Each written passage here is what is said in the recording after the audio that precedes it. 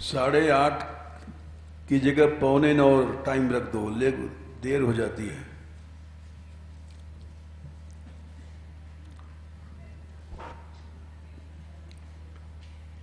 प्रसंग चल रहा है कि भावोत्पत्ति कैसे हो गए, क्योंकि भाव ही प्रेम बनता है और प्रेम से ही भगवान की प्राप्ति होती है। भाव तभी उत्पन्न होता है जब उसमें आसक्ति हो जाती है। बिना आसक्ति के भाव उत्पन्न नहीं होता। इसीलिए भगवान ने गीता में 7वें अध्याय में कहा है, मयि आसक्त मनाः पार्थ योगम युञ्जन मदाश्रय। जब तुम मुझे कैसे जानोगे,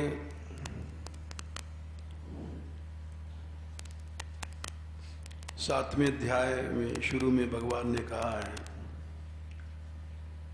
कि मयि आसक्त मना, मेरे में मन आसक्त होगा तो उस योग को तुम जब करोगे तब मुझे तुम असंशयम समग्रम माम यथा ज्ञास्यसि तच्छृणु। निश्चय ही संपूर्ण रूप से मुझे जान जाओगे। ये आसक्त मना भगवान ने कहा, क्यों? कि मेरे में मन आसक्त नहीं होगा तो भाव पैदा नहीं होगा। कृष्ण भाव नहीं पैदा होगा। मन जहां आसक्त होता है, आसक्त माने चिपकना, सज्ज धातु से अक्ता प्रत्यय हुआ, सक्त बना,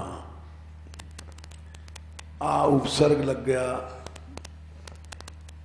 पूरी तौर से जब चिपक जाएगा तब मेरे संबंधी भाव पैदा होगा। इस बात को भगवान ने कई जगह कहा है, मयि एव मन आधस्व मयि बुद्धिम निवेशय। मेरे में मन लगा, मेरे में बुद्धि लगा, तब तू मुझ में रहेगा, नहीं तो संसार में रहेगा। मयि एव मन आधत्स्व मयि बुद्धिम निवेशय निवसिष्यसि मयि एव अत ऊर्ध्वं न संशयः। ये बात भगवान ने 12वें अध्याय में 8वें श्लोक में कही है, मेरे में मन लगा और मेरे में बुद्धि लगा तो निश्चय ही तू मुझ में ही रहेगा, इसमें कोई संशय नहीं है। उसी बात को भगवान यहाँ 7वें अध्याय में कह रहे हैं। पहले श्लोक में मयि आसक्त मनाः पार्थ योगम युञ्जन मदाश्रय असंशयम समग्रम माम यथा ज्ञास्यसि तच्छृणु। जिसका मन जहां आसक्त होता है वही भाव पैदा होता है। ये उदाहरण हमने 2-3 दिन में लंका कांड से दिया। चंद्रमा में कालिमा क्या है, तो अलग अलग उत्तर आए। सुग्रीव के अलग उत्तर, क्योंकि उनमें राज्याशक्ति थी। विभीषण में अलग उत्तर, क्योंकि वे अपमानित होकर के चोट खा के आए थे, तो उनको चंद्रमा में राहु ने मारा था। चंद्रमा का चोट का निशान है। फिर भगवान राम का नंबर आया। वो सीता में आसक्त थे, विरही थे, तो उन्होंने कहा ये विष का भाई है। चंद्रमा वहीं से पैदा हुआ जहां से विष पैदा हुआ, इसलिए जलाता है। सबसे पीछे हनुमान जी का नंबर आया। वो राम में आसक्त थे, तो उन्होंने कहा कि इस चंद्रमा आपका दास है। चंद्रमा मनसो जाता है, आपकी छवि है नीली नीली दिखाई पड़ रही है। जामवंत ने कहा कि चंद्रमा का सार ब्रह्मा ने खींच लिया था। रति का मुख बनाने के लिए सबसे सुंदर स्त्री है, तो ये छेद है, आर पार आकाश दिखाई पड़ रहा है। तो जिसकी जहां आसक्ति होती है वहीं भाव पैदा होता है। भगवान में आसक्ति नहीं है तो भाव पैदा नहीं होगा, चाहे कितना भी प्रयत्न कर लो।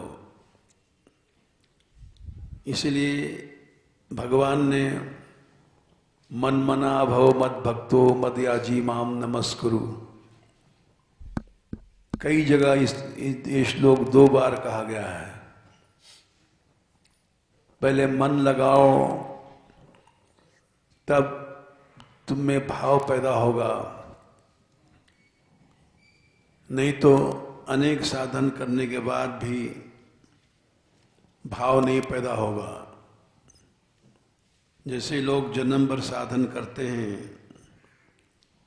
और भगवान में भाव नहीं पैदा होता, क्योंकि उनकी आसक्ति गलत जगह रहती है, संसार में रहती है। ये बात उनकी कभी भी आसक्ति न भगवान में थी न होगी, और न भगवान में भाव पैदा होगा। इस बात को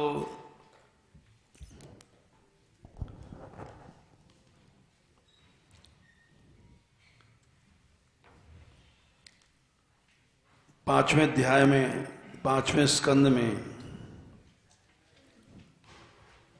स्पष्ट मना कर दिया गया है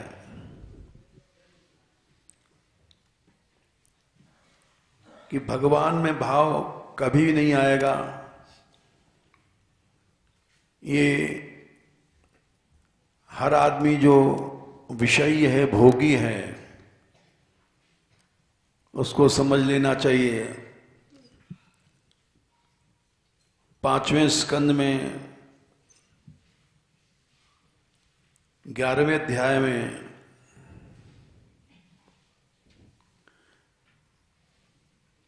तेरहवां श्लोक है शायद, न तस्य तत्वग्रहणाय साक्षात् वरीयसीरपि वाचः समासन स्वप्ने निरुक्त्या गृह में दिसौख्यम न यस्य हेयानुमितम स्वयं स्यात्। भरत जी ने, जड़ भरत जी ने राजा रहुगण जो भगवत तत्व ज्ञान के लिए जा रहा था कपिल देव जी के पास, बीच में भगवान की कृपा से जड़ भरत जी मिल गए। तो उन्होंने कहा, राजा तू उपदेश ले आ, कहीं जा, कपिल भगवान से कहीं जा, चाहे वेद के समस्त वाणियां पढ़ ले, तुझको तत्व ज्ञान नहीं होगा। बोले क्यों? न तस्य तत्व ग्रहणात् साक्षात वरीयसीरपि वाचः समासन। वरीयसी माने श्रेष्ठ वाणियां, वेद पुराण श्रुति आदि श्रेष्ठ वाणियां हैं। दिन रात लोग पढ़ते हैं, कथा कहते हैं। श्रीमद् भागवत में महात्म्य लिखा है, पंडितास्तु कलत्रेण रमन्ते महिषाइव। भोग के समय वे भैंसा बन जाते हैं पंडित बड़े भारी। पुत्रस्य उत्पादने दक्षा,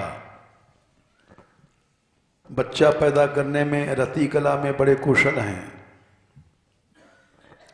लेकिन अदक्षा मुक्ति साधने, मुक्ति साधन में भोटे हैं, नाम मात्र के पंडित हैं। तो जब तक मनुष्य की मैथुन में आसक्ति है, भगवत भाव नहीं आएगा। इसीलिए प्राचीन काल में भक्त लोग सिद्ध हुए, गृहस्थ थे तब भी सिद्ध हुए, क्योंकि उनमें मिथुनासक्ति नहीं थी। ये बात कई जगह कही गई है।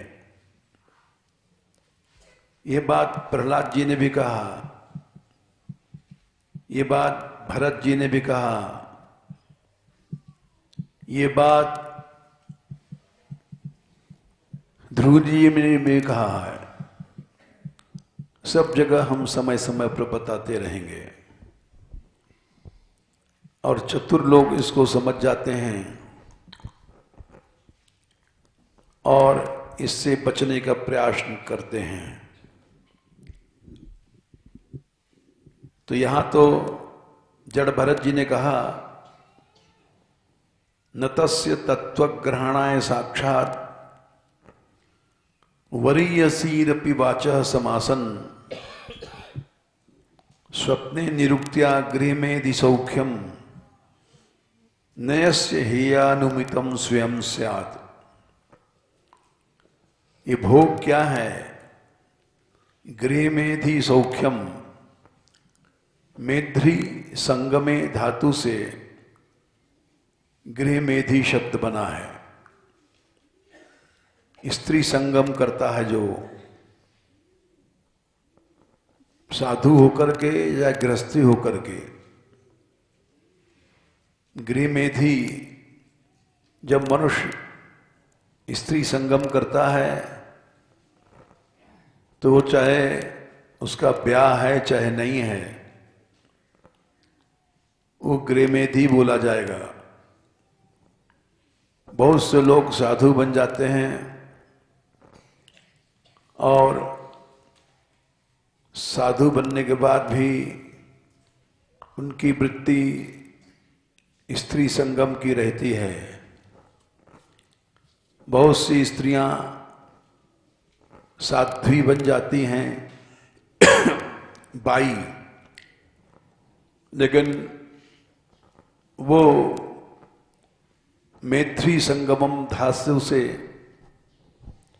पुरुष संगम करती रहती हैं। तो गृहमेधि शब्द माने मैथुन परायण। जब तक ये वृत्ति है तब तक तत्व ज्ञान नहीं होगा। ये कई जगह ये बात कही गई। ध्रुव ने कहा, प्रहलाद ने कहा, जड़ भरत ने कहा। इन बातों को खोल के लोग नहीं समझते हैं और खोल के समझाया भी नहीं जाता है। भगवान ने भी कहा, ये ही संस्पर्शजा भोगा दुख ये न यो न ए वही। 5वें अध्याय में गीता में 22वां श्लोक है। आद्यवन्तः कौन्तेय न तेषु रमते बुधा। बुध माने ज्ञानी पुरुष कभी भी स्पर्शज भोगों में नहीं लगता है।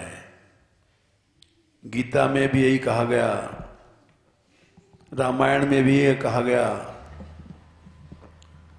जननी सम जानहि पर नारी। नरसी भक्त ने भी यही कहा।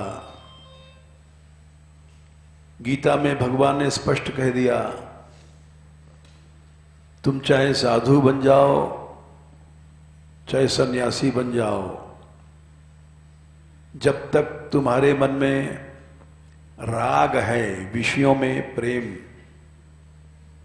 तब तक कृष्ण भाव नहीं आएगा। गीता देख लो 4/10।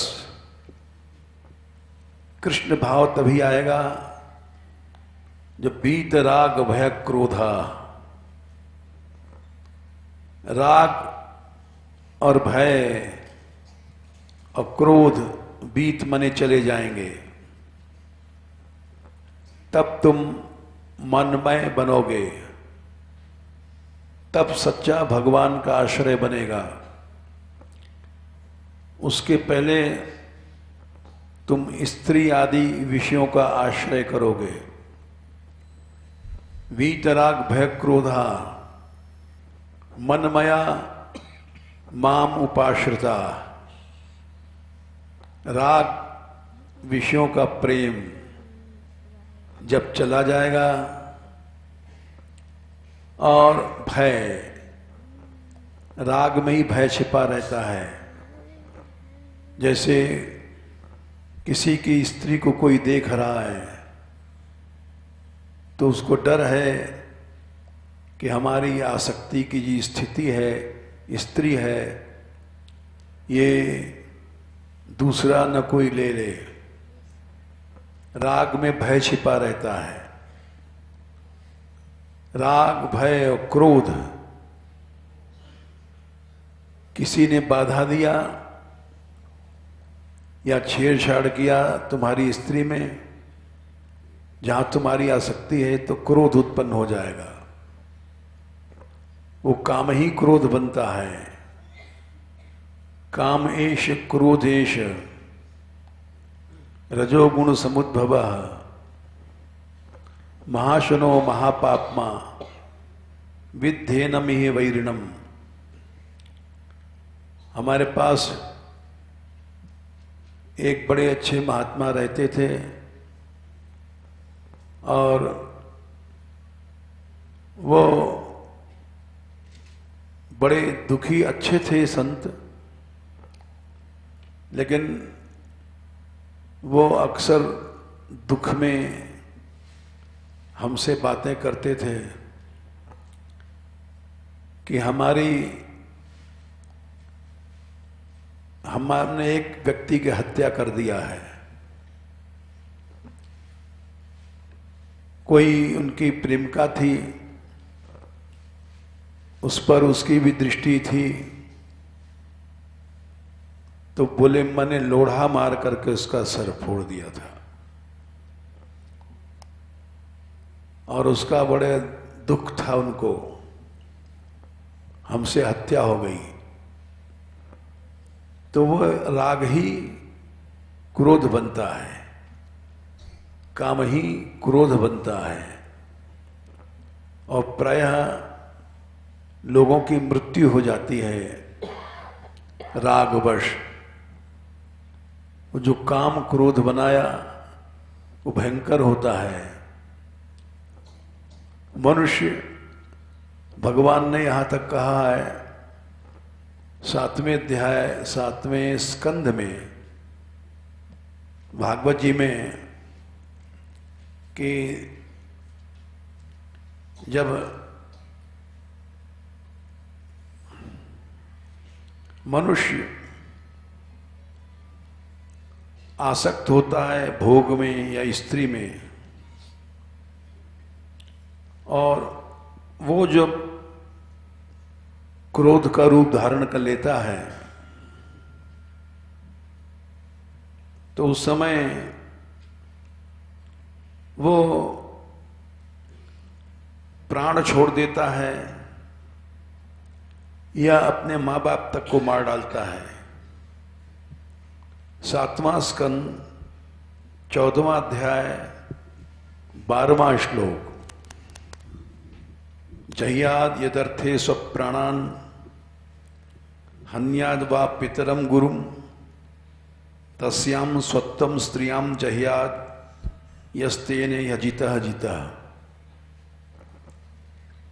बोले ये मैथुना शक्ति जिसने छोड़ दिया, अजित भगवान को जीत लिया। भगवान को कोई जीत नहीं सकता है, लेकिन उसने जीत लिया जिसने मैथुना शक्ति छोड़ दिया। क्योंकि जिस स्त्री या स्त्री के लिए पुरुष के लिए मनुष्य अपने प्राणों को छोड़ देता है, यहां बहुत सी घटनाएं भई, बरसाने में भी, आसपास के गांवों में भी। मनुष्य जीते जल गए। एक घटना महराने गांव में हुई थी। नाम गांव के इसलिए बता देते हैं कि सब सच्ची घटनाएं हैं, शास्त्र में लिखी हैं। तो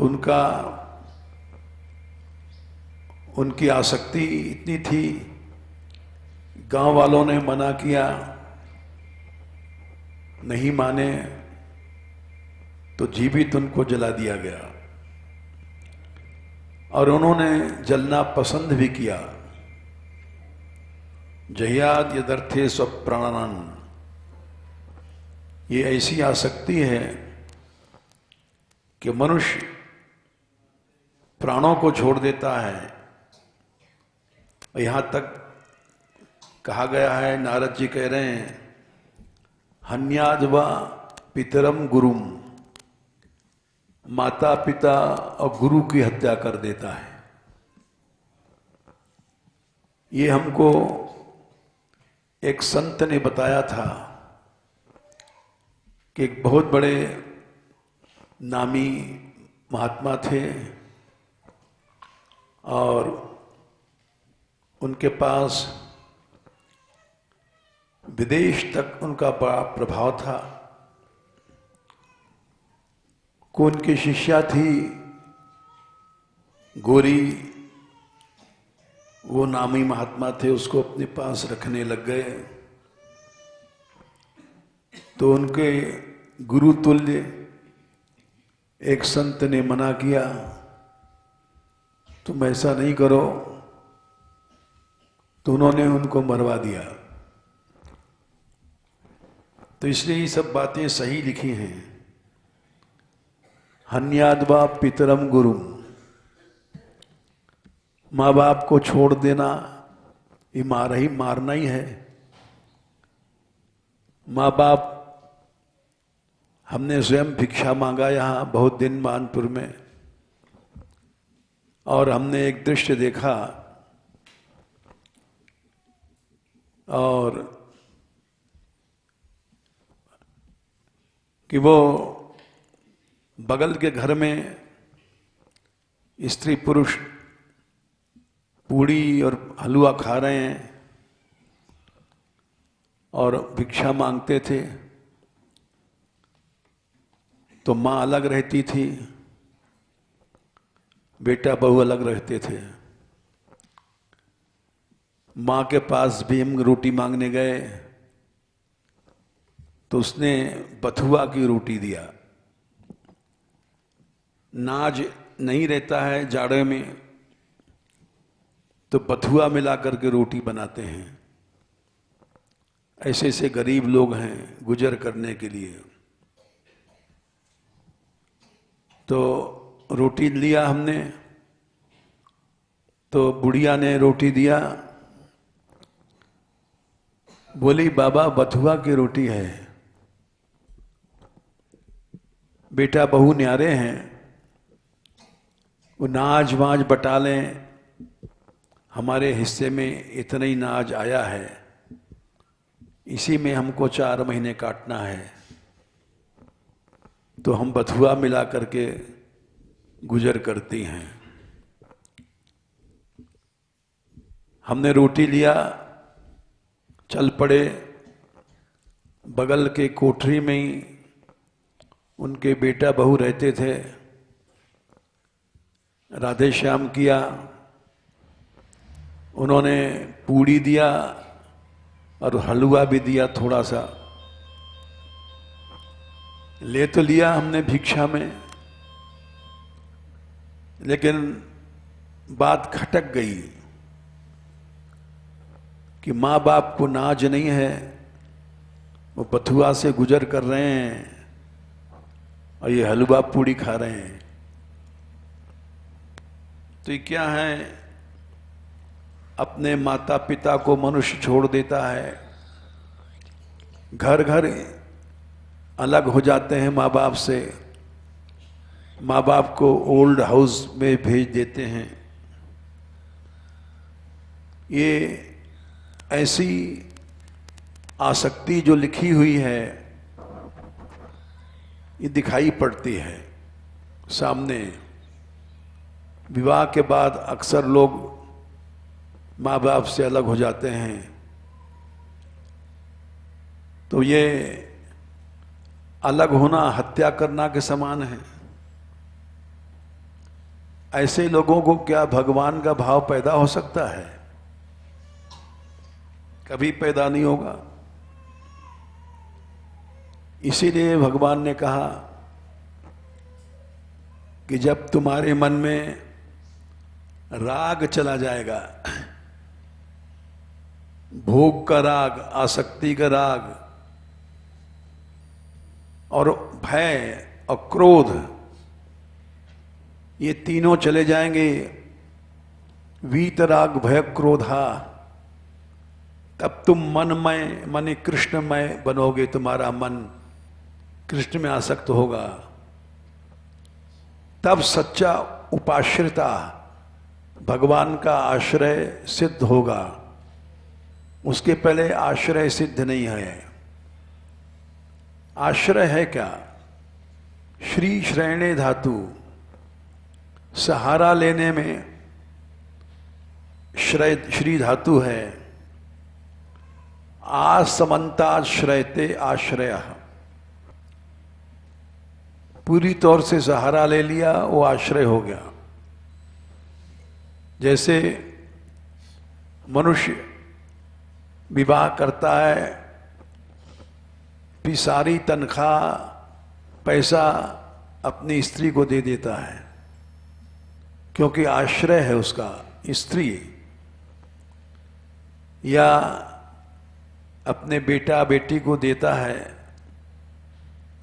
बाकी संसार में आग लगता रहे, जलता रहे, न किसी के दुख से मतलब न किसी के सुख से।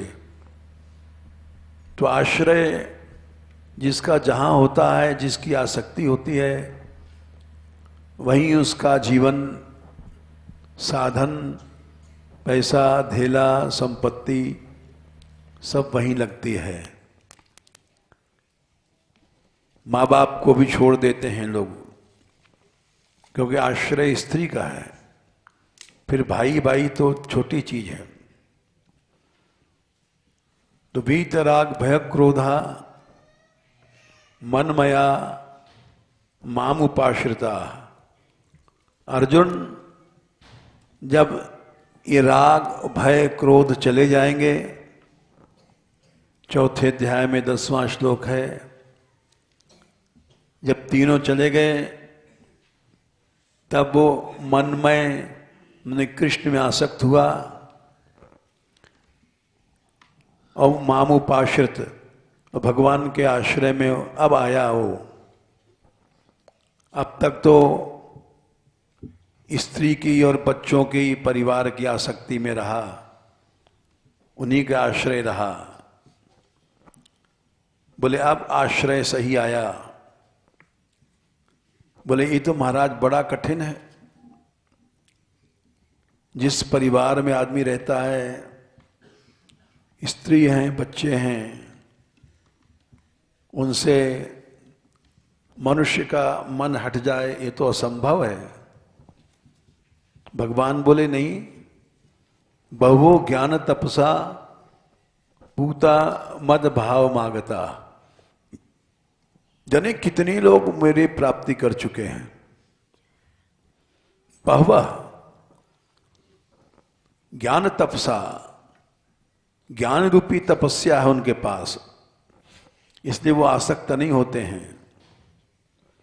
बहु ज्ञान तपसा पूता पवित्र हो गए और मद भाव मागता। मद भाव माने कृष्ण भाव को प्राप्त हो गए।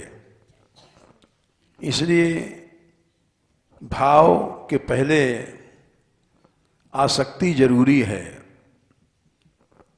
तुम्हारी आसक्ति भोगों में है तो भोगों के ही भाव आएंगे तुम्हारे मन में।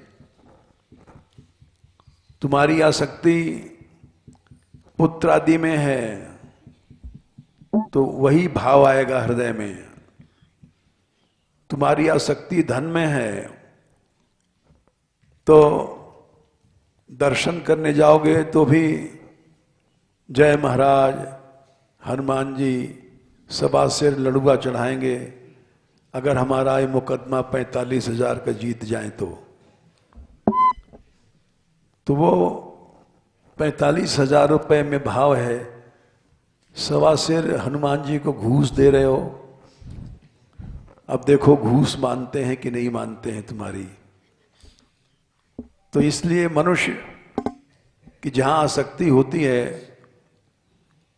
हमारे साथ भी एक विचित्र घटना घटी। हम जब घर से भागे थे तो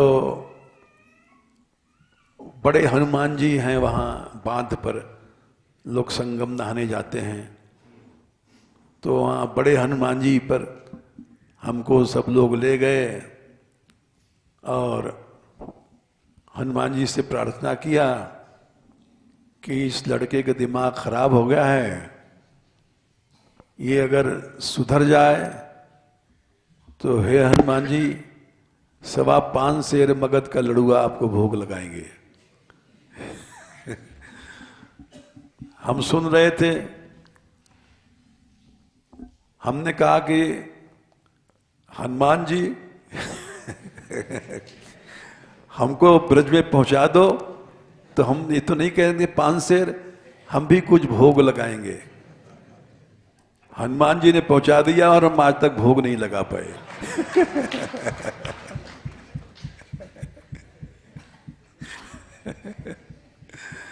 क्योंकि हम लड्डू बनाना जानते नहीं, पैसा रखते नहीं, बाजार से क्या मंगा मैं। तो हम तो ऋणी हैं। हमने कहा हनुमान जी की ऋणी रहना ठीक है, लेकिन वो हनुमान जी ने उनकी बात नहीं सुनी। जो 5.25 सेर लड्डू कहते थे, इस लड़के के दिमाग ठीक हो जाए तो चढ़ाएंगे। तो ये क्या है? जिसकी जहां आसक्ति होती है वहीं भाव पैदा होता है। एक उदाहरण और देते हैं। जिस समय द्रौपदी का स्वयंवर था,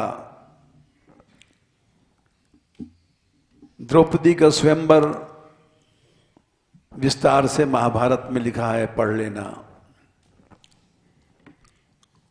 हम तो मूल बात सुना रहे हैं। सारे पृथ्वी के राजा आए थे। कर्ण भी था, दुर्योधन भी था, कौरव औरव सब गए थे। द्रौपदी अग्निकुंड से प्रकट भई थी, बड़ी सुंदरी थी। दुर्योधन उसको चाहता था, इसीलिए महाभारत हुआ था। द्रौपदी की के प्रति जो कामासक्ति थी दुर्योधन की, वो मूल में महाभारत की कारण थी। बाकी कारण तो छोटे मोटे लोग जानते हैं कि अन्याय हुआ, चीरहरण हुआ, लेकिन मूल में द्रौपदी के प्रति उसकी आसक्ति थी। वो भी गया था स्वयंवर में, सभी लोग गए थे, बड़े बड़े राजा महाराजा। उस स्वयंवर में कृष्ण अर्जुन भी आए थे, कृष्ण बलराम भी आए थे, लेकिन वो दर्शक के रूप में आए थे। स्वयंवर में उन्होंने कोई हिस्सा नहीं लिया। स्वयंवर में द्रौपदी किसको मिले? राजा द्रुपद ने अपनी लड़की, हर पिता चाहता है कोई योग्य पुरुष को मिले, तो क्षत्रियों में योग्य वही है जो वीर होता है, योद्धा होता है। बनियों में जिस पर पैसा होता है वो योग्य होता है, पंडितों में विद्वान होता है वो योग्य होता है। तो क्षत्रियों में सबसे वीर कौन है? इसकी परीक्षा के लिए उन्होंने एक चक्र ऊपर घूम रहा है और उसमें एक मछली है, और नीचे प्रतिबिंब उस चक्र घूम रहा है, मछली घूम रही है, और उस प्रतिबिंब को देख करके बाण मारना है। ठीक मछली का जो भेदन कर देगा वो वीर है। यानी उसका ऐसा निशाना है जो बड़ा कठिन है, बड़े तेज चक्र घूम रहा है, और घूमती भई चीज में निशाना मारना, और वो भी प्रतिबिंब को देख करके। तो पृथ्वी के बहुत से राजे आए, और धनुष ऐसा था कि बहुत से धनुष उठा नहीं पाए, इतना मजबूत था। धनुष उठाने गए, लुढ़क गए। आखिर में सब लुढ़क गए। कर्ण ने धनुष की डोरी चढ़ा लिया था। धनुष की डोर चढ़ाना ये भी एक समस्या थी। धनुष को झुकाना भुजाओं से, और डोर बांधना, और डोर बांधने के बाद फिर मारना। तो सभी राजा लुढ़क गए। जब कर्ण उठा तो उसने धनुष को झुका लिया और डोर भी चढ़ा दिया। तब तक द्रौपदी बोल उठी, मैं सूत पुत्र से विवाह नहीं कर सकती हूं।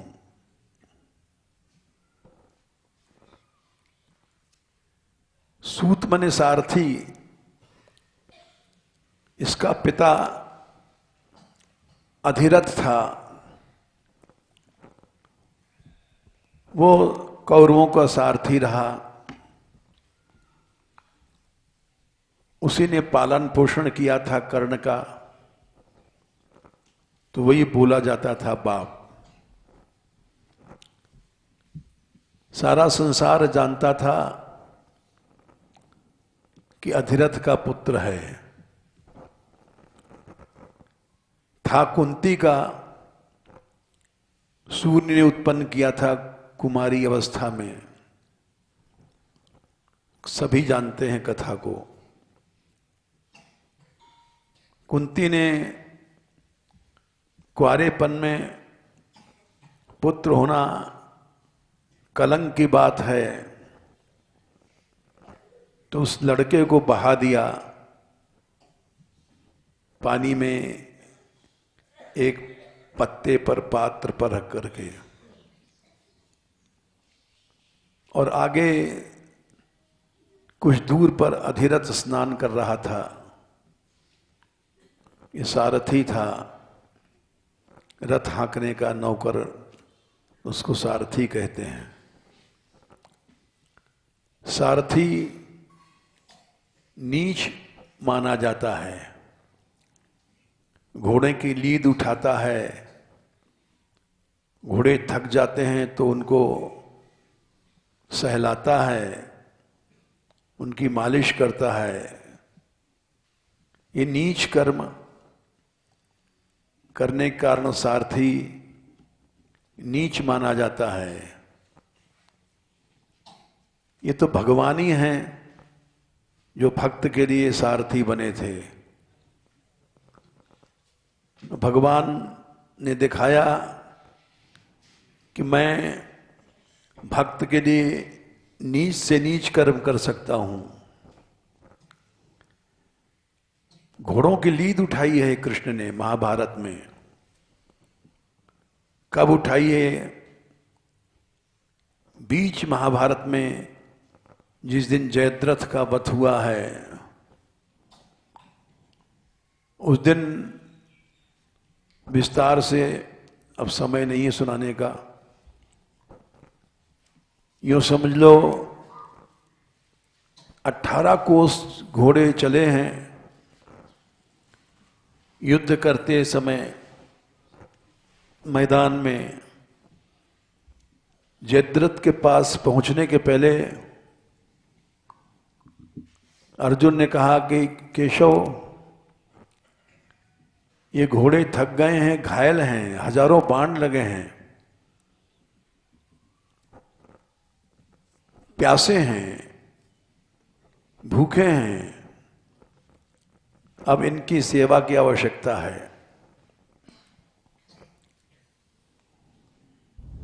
कृष्ण बोले, ये तो मेरी जिम्मेदारी है, लेकिन यहां चारों ओर बाण आ रहे हैं, लाखों बाण आ रहे हैं, यहां सेवा कैसे हो सकती है? अर्जुन ने कहा, मैं बाणों का पिंजरा बना देता हूं। बोले ठीक है। बाणों का पिंजरा बना दिया, उसमें कोई भी बाण नहीं आ सकता है। तो वहां कृष्ण ने उनके बाण निकाले, ऐसी औषधियां थी जो तुरंत अच्छा कर दें। तो घोड़ों की सेवा किया है। सारा संसार देख रहा है। तो द्रौपदी ने, तात्पर्य है कि चिल्ला के कहा, मैं अधिरथ के लड़के को से ब्याह नहीं कर सकती, मैं क्षत्रिय कन्या हूं। क्योंकि जब उसने बाण चढ़ाना शुरू किया था, तभी द्रौपदी ने मना कर दिया। डोर तो चढ़ा लिया था, तो इससे लोगों को उम्मीद थी कि ये शायद निशाना मार दे। लेकिन जब द्रौपदी ने मना किया, तो कर्ण ने धिक्कार है कहकर के धनुष बाण फेंक दिया। यानी अपमान हुआ और तिरस्कृत होकर बैठ गया। एक बार और अपमान हुआ था, दुर्योधन ने उसको जब युद्ध की गुरुदक्षिणा की परीक्षा हो रही थी तब सभी के बीच में सब अपना अस्त्र कौशल द्रोणाचार्य के सामने दिखा रहे थे। उतने में कर्ण निकल के आया और बोला, जो अर्जुन ने कौशल दिखाया है मैं वो भी दिखा सकता हूं। तो सभी पांडवों ने, द्रोणाचार्य ने कहा, ये राजाओं के पुत्रों का, राजकुमारों का विद्यालय है, तुम यहां दिखा नहीं सकते हो क्योंकि तुम राजपुत्र नहीं हो, तुम सारथी हो। तो कर्ण तिरस्कृत होकर के जब चलने लग गया तो दुर्योधन खड़ा हुआ, बोले राजपुत्र नहीं है लेकिन राजा है। बोले क्यों? मैं इसको अंग देश का राजा बनाता हूं। वहीं सबके बीच में तलक किया उसने। तो कर्ण की इज्जत बच गई, नहीं उसी समय निकाल दिया जाता। आज वही बात द्रौपदी ने फिर किया कि सारथी पुत्र से मैं विवाह नहीं कर सकती हूं। तो कर्ण भी द्रौपदी का शत्रु बन गया था। इसलिए चीरहरण में कर्ण ने दुर्योधन का साथ दिया। दुर्योधन, दुशासन, शौकुनी, कर्ण, ये चांडाल चौकड़ी थी। लोग कहते हैं कि इन्हीं कारण महाभारत हुआ, लेकिन इस चांडाल चौकड़ी का मूल कारण था सबकी कामासक्ति द्रौपदी के प्रति। ये हमने इसलिए सुनाया कि ये जो भागवत का श्लोक है, जयाद यदर्थे स्वप्राणान हन्याद वा पितरम गुरुम। नारद जी कहते हैं मनुष्य स्त्री आसक्ति के पीछे अपने प्राणों को छोड़ देता है,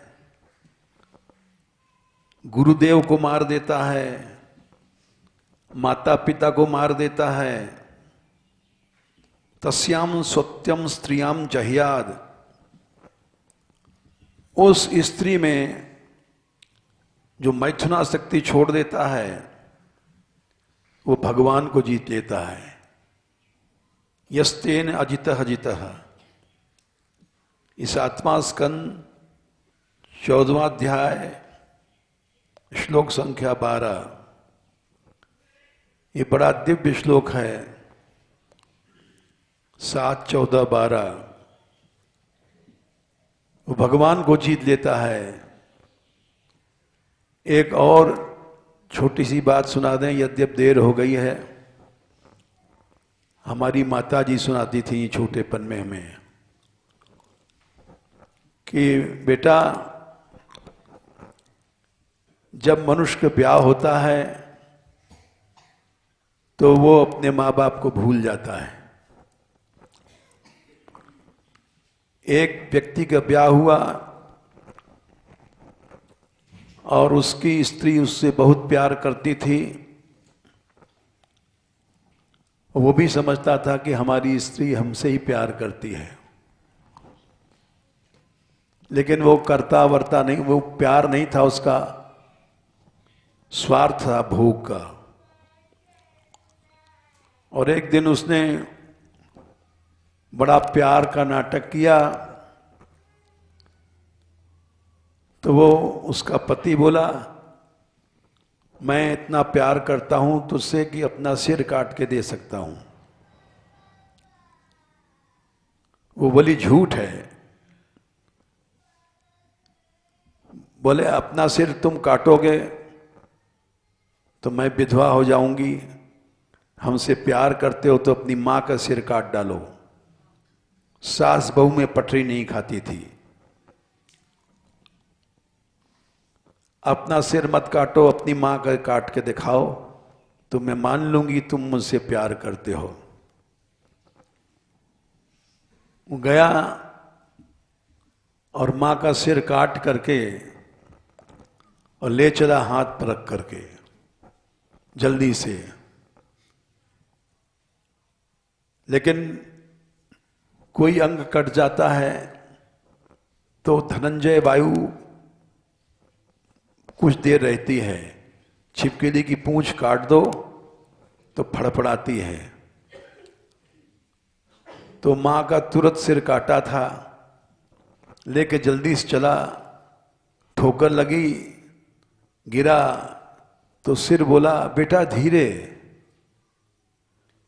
इन्हें धीरे चल, तेरा तुझे ठोकर लग गई है। फिर भी उसने ले जाकर के सिर दिया अपनी स्त्री को। तो ये ऐसी आसक्ति है, मैथुनी आसक्ति, ये भागवत में लिखी है। मैंने तो वैसे ही सुनाया, हन्याद वा पितरम गुरुम तस्याम सत्यम स्त्रियाम जहेयत। तो वो अभी ये प्रसंग चलेगा कल भी। देर में लोग 8:45 पर समय रख दिया गया है।